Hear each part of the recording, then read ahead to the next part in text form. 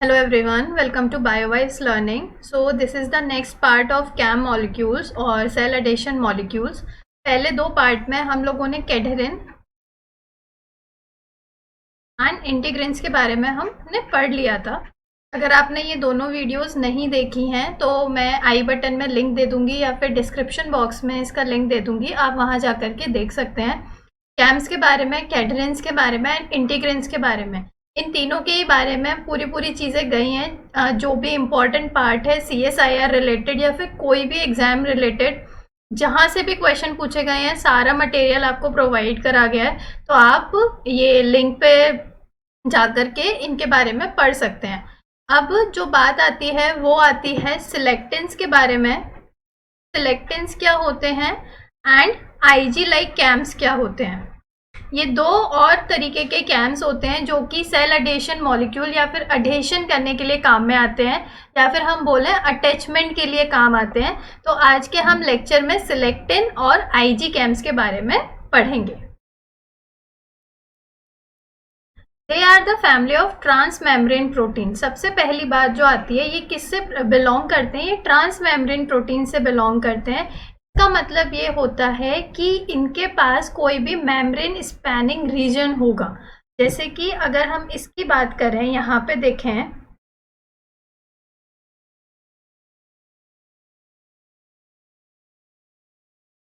अगर ये कोई भी हमारे पास सेल मेम्ब्रेन होगी तो ट्रांसमेम्ब्रेन का मतलब होता है इसके पास एक एक्स्ट्रा सेलुलर डोमेन होगा, एक ऐसा डोमेन होगा जो कि मेम्ब्रेन को पास कर रहा है, एंड देन एक इंट्रासेलुलर डोमेन होगा. ठीक है, तो ये तीन डोमेन होते हैं. जो भी हम ट्रांसमेम्ब्रेन प्रोटीन की बात करते हैं तो उनके पास ये तीन डोमेन होते हैं which recognise specific carbohydrate on a cell surface. कोई भी ऐसा प्रोटीन जो कि पहली बात तो ट्रांसमेम्ब्रेन है और वो रिकॉग्नाइज क्या कर रहा है, कार्बोहाइड्रेट मॉलिक्यूल्स को रिकॉग्नाइज कर रहा है ऑन द सेल सरफेस. तो सिलेक्टिन क्या होते हैं? फॉर एग्जाम्पल, सिलेक्टिन क्या करते हैं? सिलेक्टिन एक सेल को दूसरे सेल से कनेक्ट करवाते हैं. इस सेल का पास सिलेक्टिन है और इस सेल के पास कोई अलग मॉलिक्यूल है. मैं अभी इस मॉलिक्यूल का नाम नहीं ले रही हूँ, ये हमें आगे चल के पता चलेगा. तो बात ये आती है, सिलेक्टिन, पहली बात तो सिलेक्टिन क्या हुए? ये ट्रांसमेम्ब्रेन प्रोटीन हुए. ठीक है, जिनके पास एक ऐसा डोमेन है जो आगे चल के किसी भी कार्बोहाइड्रेट या फिर प्रोटीन मॉलिक्यूल से जाके वो बाइंड करेगा.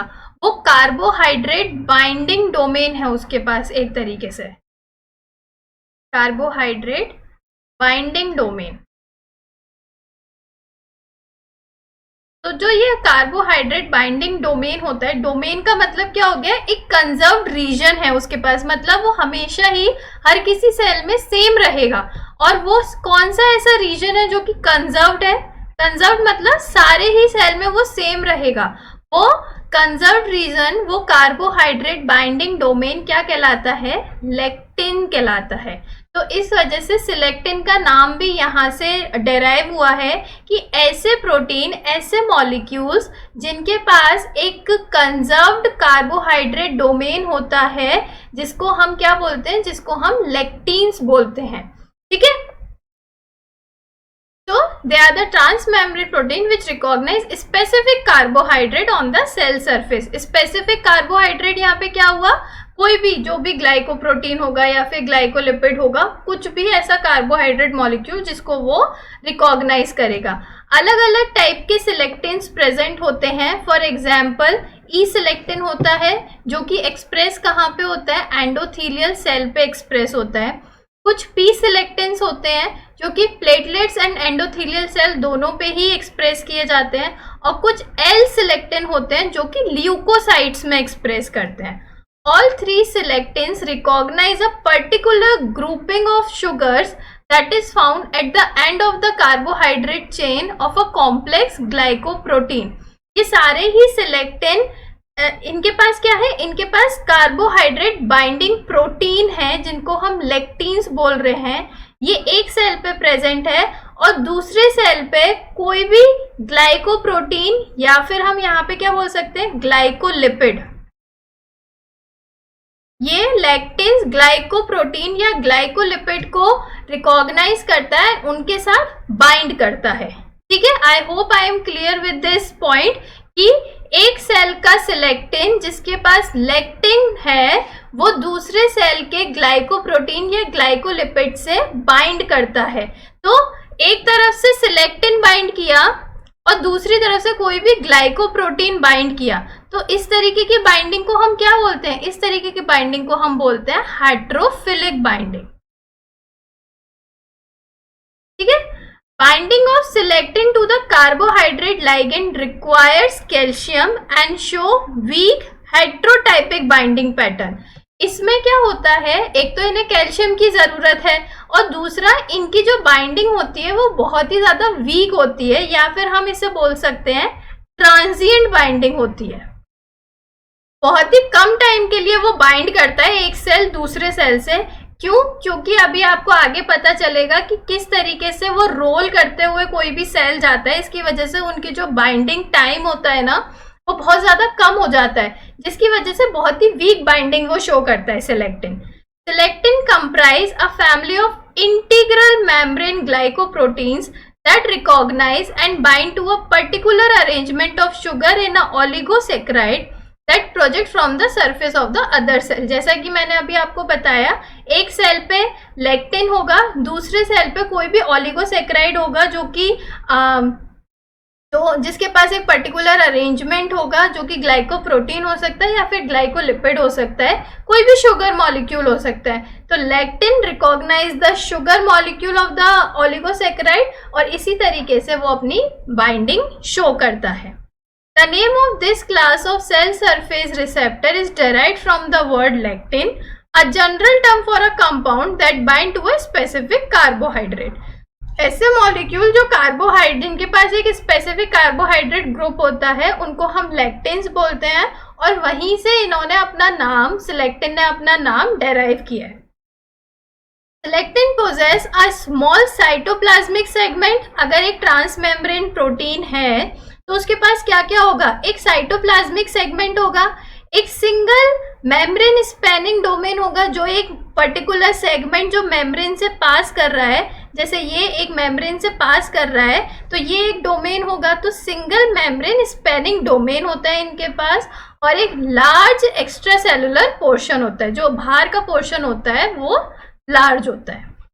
ठीक है, that consist of number of separate domains including an outermost domain that acts as a lectin। तो इनके एक्स्ट्रा सेलुलर पोर्शन के पास ही अलग अलग डोमेन्स होते हैं जिनके पास वो लेक्टिन डोमेन भी प्रेजेंट होता है। जैसे कि इस पिक्चर में हम देखें, इस पिक्चर में हमें पी सिलेक्टिन का एग्जाम्पल बताया है। तो ये एक सेल है और ये दूसरा सेल है, ये देखिए यहाँ पे जो रेड रेड है ये लेक्टिन डोमेन को शो कर रहा है। तो इस सेल का सिलेक्टिन जिसके पास लेक्टिन है वो दूसरे सेल के शुगर से, जो कि ग्लाइकोप्रोटीन से, वो कनेक्ट हो रहा है। तो एक का तो सिलेक्टिन और दूसरे का ग्लाइकोप्रोटीन अटैच हो रहा है, तो इस टाइप की बाइंडिंग को हम बोल रहे हैं हाइड्रोफिलिक बाइंडिंग, या फिर हम क्या बोल सकते हैं, हेट्रोटाइपिक बाइंडिंग पैटर्न। ठीक है, तो अगर हम देखें सिलेक्टिन का फंक्शन एक्चुअल में होता क्या है। Capturing a leukocyte is a challenging task because these cell are flowing through the blood stream at a considerable rate of speed. जैसा कि हम जानते हैं कि हमारी बॉडी में इम्यून सिस्टम है, तो कहीं भी कोई भी इंजरी हुई या फिर कोई भी अटैक हुआ तो ल्यूकोसाइट्स फ्लो होना स्टार्ट करेंगे। तो ल्यूकोसाइट की स्पीड इतनी ज्यादा होती है कि वो उनको उस इंजरी वाली जगह पे रोकना बहुत मुश्किल हो जाता है। Selectin are well suited for this function. यहाँ पे कौन काम आ रहा है, यहाँ पे सिलेक्टिन काम आ रहा है, because the bonds that they form with their ligand become stronger when the interaction is placed under the mechanical stress as occur when the leukocyte is being pulled away from a given side on a vessel wall। तो selectin role play करता है इसमें। Selectin क्या करता है, selectin leucocyte से connect होता है, जिसकी वजह से वो सिलेक्टिन की वजह से उस पर्टिकुलर इंजरी की जगह पे अपने आप को प्लेस कर पाते हैं। जैसे इस डायग्राम में अगर हम देखें तो हमारी कोई भी इंजरी हुई, ये फॉर एग्जांपल ये साइट ऑफ इन्फेक्शन है हमारे पास, ठीक है, यहाँ पे हमारा इन्फेक्शन हो गया है। ल्यूकोसाइट को यहाँ पे, जैसे कि हमने न्यूट्रोफिल का एग्जांपल लिया है, इन न्यूट्रोफाइल्स को यहाँ पे जाकर के अटैक करना है, जिससे कि यहाँ का इन्फेक्शन वो खत्म कर दे। तो क्या होगा यहाँ पे ये न्यूट्रोफिल देखिए किससे कनेक्ट हुआ, ये जो ग्रीन ग्रीन है ये क्या है, ये सिलेक्टिन है, जिनके पास लेक्टिन है। ये सिलेक्टिन ने क्या रिकॉग्नाइज किया, यहाँ पे एक स्पेसिफिक ओलिगोसेक्राइड को रिकॉग्नाइज किया और न्यूट्रोफिल इस एंडोथीलियल वॉल से जाकर के कनेक्ट हो गए। किसकी वजह से कनेक्ट हुए, अगर यहाँ पे सिलेक्टिन होता ही नहीं तो ये न्यूट्रोफिल ऐसे ही ब्लड स्ट्रीम में घूमते जाते और वो अपनी साइट ऑफ इन्फेक्शन पे जाकर के अटैक ही नहीं कर पाते। तो सिलेक्टिन की वजह से ये कनेक्ट हुए। Lectin recognise carbohydrate on the neutrophil, उन्होंने कार्बोहाइड्रेट को रिकॉग्नाइज किया, उनसे कनेक्शन बनाया। Neutrophil rolls along the blood vessel wall, वो रोल करते हुए जाते हैं, ऐसे ऐसे करके घूमते घूमते घूमते घूमते जाएंगे। इसी वजह से बहुत ही वीक इंटरेक्शन होता है और एक ट्रांजिएंट इंटरेक्शन होता है, बहुत कम टाइम के लिए होता है ये इंटरेक्शन। फिर ये अपनी वॉल से जाकर के कनेक्ट हो जाएंगे और साइट ऑफ इन्फेक्शन पे जाके अपना रोल प्ले करेंगे। जो भी इन्फेक्टेड टिश्यू है वहां पे जाके इनको जो भी रोल ये प्ले कर रहे हैं वहां पे जाकर के वो प्ले करेंगे। तो सिलेक्टिन ने क्या किया, सिलेक्टिन ने न्यूट्रोफिल को वॉल से अटैच करवाया। तो ये क्या है, the recognition of cell surface carbohydrate on the neutrophil is the first stage of their migration out of the blood at the site of the infection. अगर ये रिकॉग्निशन होगा ही नहीं तो ये न्यूट्रोफिल अपनी साइट ऑफ इन्फेक्शन पे जाकर के वर्क कर ही नहीं पाएंगे। आई होप सिलेक्टिन के बारे में आपको समझ में आया होगा। तो सिलेक्टिन के बारे में हमने मेजरली क्या पढ़ा, देखें सिलेक्टिन, इनके पास कार्बोहाइड्रेट बाइंडिंग डोमेन होता है,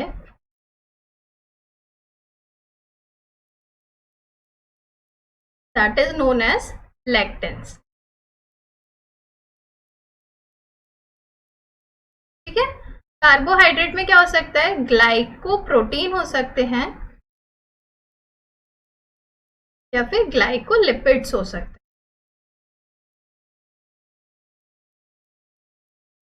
इनकी बाइंडिंग किस तरीके से होती है, इनकी बाइंडिंग होती है हेट्रोटाइपिक, जिसको हम हेट्रोफिलिक भी बोलते हैं।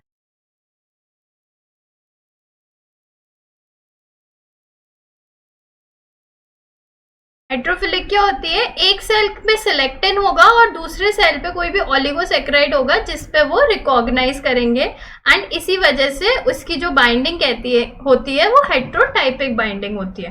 और क्या होता है, वीक बाइंडिंग शो करते हैं ये लोग, वीक बाइंडिंग या फिर ट्रांजिएंट बाइंडिंग। ट्रांजिएंट का मतलब बहुत ही कम टाइम के लिए बाइंड होते हैं ये।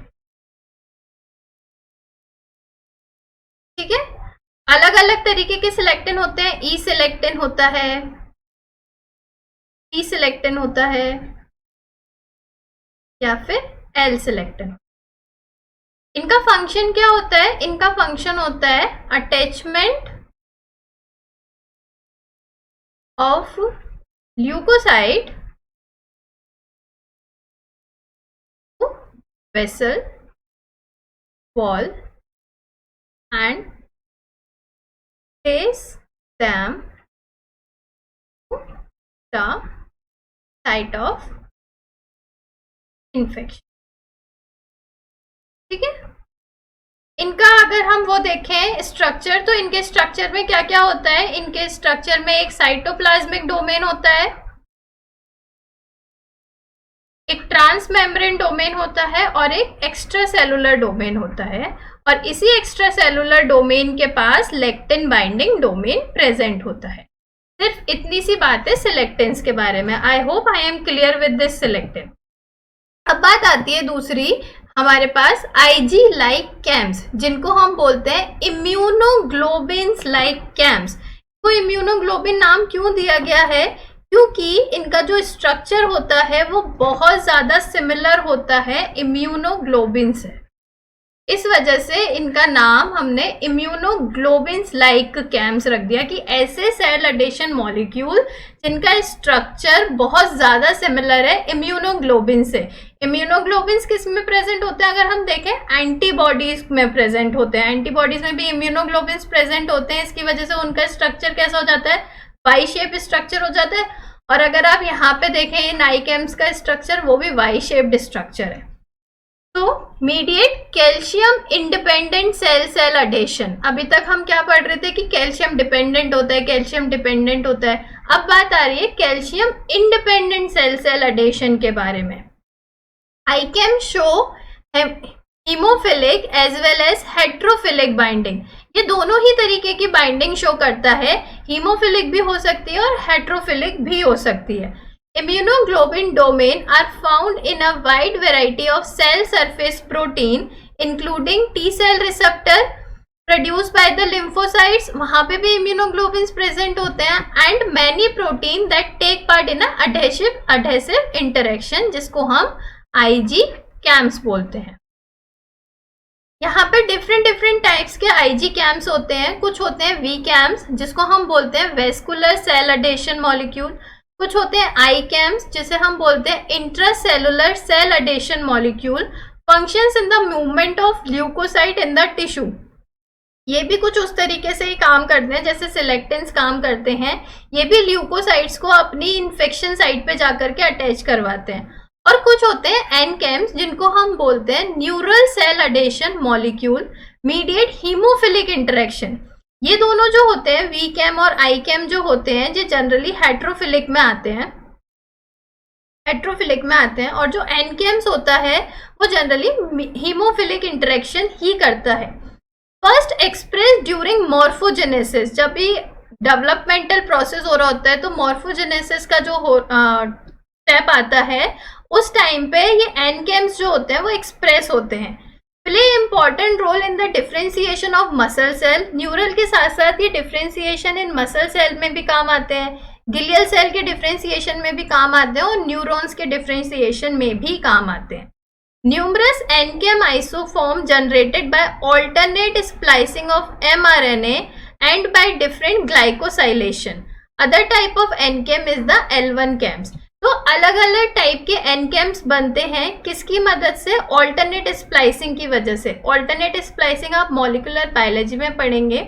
यहाँ के लिए एक छोटा सा इंट्रोडक्शन ये है, ऑल्टरनेट स्प्लाइसिंग से क्या होता है, एक ही mRNA से बहुत तरीके के प्रोटीन्स का जनरेशन होता है अलग अलग स्प्लाइसिंग पैटर्न्स की वजह से। ऐसा नहीं है कि एक बार में कट किया और 2 प्रोटीन बना दिया या 1 प्रोटीन बना दिया।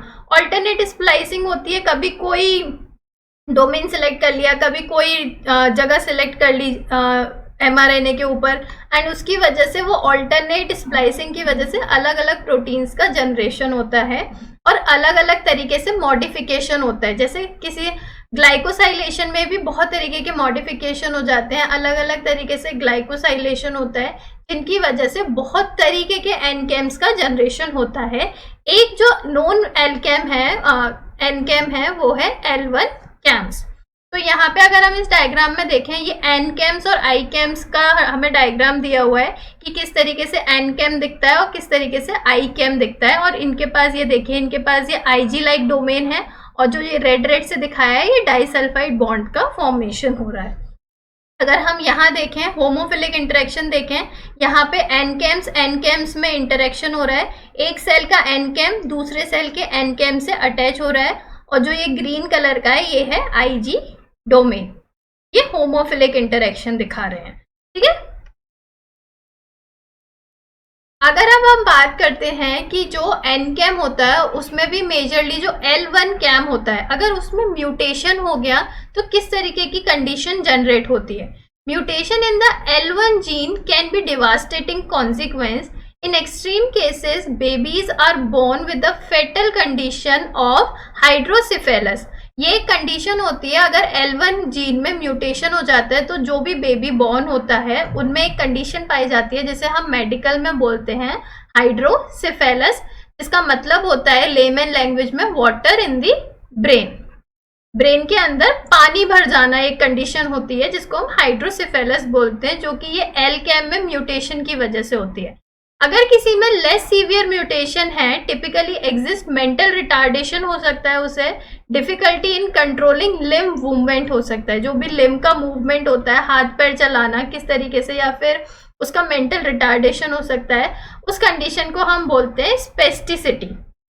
स्पेस्टिसिटी उसका मेडिकल नेम है, उसका एक लेमेन एक्सप्लेनेशन होता है कि वो अपने लिम्ब के मूवमेंट को कंट्रोल नहीं कर पाता है। वो वॉलेंटरी मूवमेंट नहीं, वो ऐसा नहीं होता है, इनवॉलेंटरी टाइप हो जाता है कि कुछ भी हो रहा है, आपके कंट्रोल में नहीं रहता है वो movement.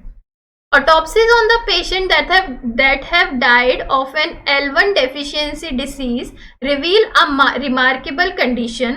They are often missing two large nerve tract, one that runs between the two half of the brain. जितने भी लोग इस L1 डेफिशिएंसी की वजह से जिनकी भी डेथ हुई है, उनका जब ऑटोप्सी किया गया तो ये पाया गया कि उनके पास कुछ एक पर्टिकुलर नर्व ट्रैक्स, जो भी नर्व सिस्टम है, उनके जो नर्व्स हैं वो मिसिंग थे। कौन से नर्व्स मिसिंग थे? एक वो जो कि one runs between the two half of the brain. ऐसे करके ब्रेन होता है हमारा, बीच में ये ऐसे जो डिफ्रेंशिएट हो रहा होता है, यहाँ पे बीच में जो नर्व्स होती हैं, एक तो वो गायब थी, वो मिसिंग थी, और दूसरी that runs between the brain and the spinal cord. और ऐसी एक नर्व ट्रैक जो कि ब्रेन से स्पाइनल कॉर्ड पे जा रही है, वो भी मिसिंग थी। The absence of such nerve tracks suggests that L1 is involved in the direct growth of axons within the embryonic nervous system. जब इन सारी चीज़ों के ऊपर रिसर्च की गई तो बाद में ये कंक्लूजन निकाला गया कि L1 बहुत ही इम्पॉर्टेंट पार्ट प्ले करता है, और वी कैन से कि वो डायरेक्टली इन्वॉल्व होता है एक्सॉन्स के फॉर्मेशन में, और एम्ब्रियोनिक स्टेज पे पूरे नर्वस सिस्टम को ग्रो कराने के लिए L1 जीन का बहुत इंपॉर्टेंट पार्ट होता है। और ये बहुत इंपॉर्टेंट म्यूटेशन केस है, जैसा कि हम जानते हैं एग्जाम्स में म्यूटेशन केस बहुत अच्छे से पूछे जाते हैं। तो ये L1 कैम्स का एक म्यूटेशन केस है। अगर हम आगे बात करें IG लाइक कैम्स के बारे में, some forms of NCAM carry an unusual large quantity of sialic acid. जो NCAMs होते हैं उनके अगर हम कुछ फॉर्म्स के बारे में बात करें, क्योंकि वो ऑल्टरनेट स्प्लाइसिंग से बहुत तरीके के NCAMs बना सकते हैं, तो कुछ NCAMs ऐसे होते हैं जिनके अंदर हमें सियालिक एसिड पाया गया है। By virtue of their negative charge, sialic acid के ऊपर क्या होता है? नेगेटिव चार्ज होता है। The long polysialic acid chain can interfere with the cell adhesion. ये पाया गया है कि जो भी एनकैम्स, ऐसे एनकैम्स जिनके भी पास सियालिक एसिड है, उनका जो नेगेटिव चार्ज होता है वो इंटरफेयर करता है सेल अडहेशन में, वो अटैचमेंट ही नहीं होने देता है, वो रिपेल कर रहा होता है, because like charges repel each other. दस these forms of NCAM can serve in inhibit adhesion rather than cause it। क्योंकि हमने क्या पढ़ा, जो NCAMs होते हैं अलग अलग तरीके के NCAMs होते हैं। कुछ NCAMs क्या होते हैं, वो इनहिबिट करते हैं एडेशन को, एंड कुछ NCAMs होते हैं जो प्रमोट करते हैं एडेशन को। तो जो इनहिबिट करते हैं उनके पास क्या होता है, उनके पास सियालिक एसिड होता है। सियालिक एसिड क्या होता है? सियालिक एसिड नेगेटिव चार्ज होता है, जिसकी वजह से जो लाइक चार्जेस होते हैं, सेम तरीके के चार्जेस एक दूसरे को रिपेल कर रहे होते हैं। Although cadherins and IG superfamily members are frequently expressed on the same cell, the adhesion mediated by cadherin are much stronger and they are large responsible for holding cell together, segregating cell collective into discrete tissue and maintaining tissue integrity। जो cadherin और IG super family होते हैं, जो IG camps होते हैं और तरीके के, वो एक बहुत ही ज़्यादा स्ट्रॉन्ग इंटरेक्शन करते हैं और एक दो सेल को आपस में होल्ड करके रखते हैं, जिसकी वजह से सेल की इंटीग्रिटी और टिश्यूज़ की इंटीग्रिटी मेंटेन रहती है। ऐसे टिश्यूज़ और सेल आप ऐसे दूर नहीं जा रहे होते हैं, अडहेशन रहते हैं, अटैच रहते हैं एक दूसरे से। Molecules such as NCAM seem to contribute more to the fine tuning of these adhesive interaction during development and regeneration।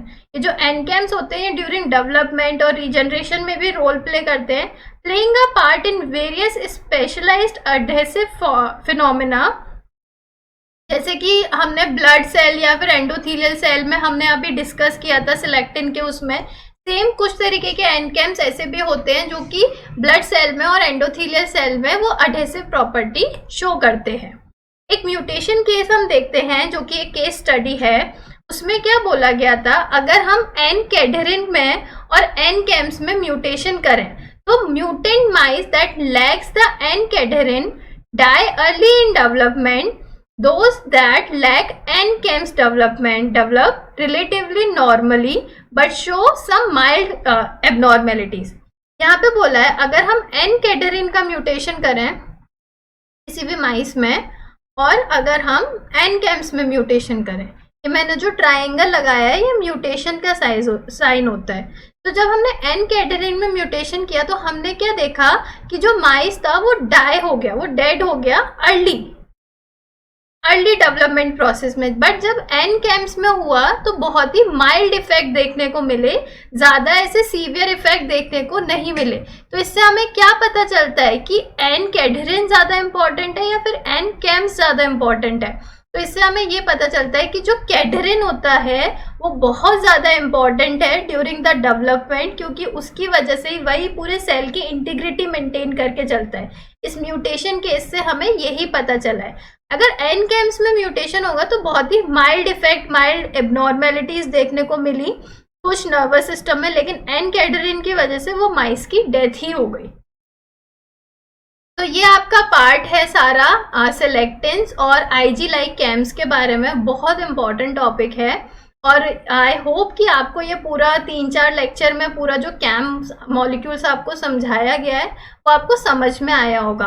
और अगर आपने वो सारे पार्ट देखे हैं तो आई एम होपिंग कि आप इससे रिलेटेड क्वेश्चंस भी सॉल्व कर पाएंगे, जो कि मैं इसी लेक्चर में इंक्लूड कर रही हूँ। मैं उसके आंसर नहीं बताऊंगी आप लोगों को। I am hoping like I am just requesting कि आप लोग वो क्वेश्चन खुद से करने की कोशिश करें। अगर आपने ये सारे लेक्चर्स देखे होंगे तो आप बहुत इजीली वो क्वेश्चन सॉल्व कर जाएंगे। And try to note down the answer in your copy and you can comment your answer in a comment box. And after 1 or 2 days मैं कोई भी किसी का भी जिनका भी सारे क्वेश्चन सही होंगे उनका कमेंट मैं पिन कर दूंगी या फिर मैं खुद से ही कमेंट बॉक्स में आंसर डाल दूंगी 2 दिन बाद, तो आप चेक कर सकते हैं। इससे आपका कॉन्फिडेंस हाई होगा कि ठीक है हमने जो पढ़ा है उसको हम अप्लाई कर पा रहे हैं। मेरे आंसर बताने से कुछ नहीं होगा, मैं अभी आपको सॉल्व करवा दूंगी आंसर, आपको आंसर बता दूंगी, उससे मेरी नॉलेज चेक होगी, आपकी नॉलेज चेक नहीं होगी। तो अगर आपने पढ़ा है तो try to solve those questions जो कि मैं अभी इसमें ही अटैच करूंगी, तो वो सॉल्व करके देखिएगा और देखिएगा कि क्या आपको समझ में आए हैं चीज़ें या नहीं आई हैं। तो आगे चल के आपको कुछ क्वेश्चंस दिखेंगे जो आप सॉल्व कर सकते हैं।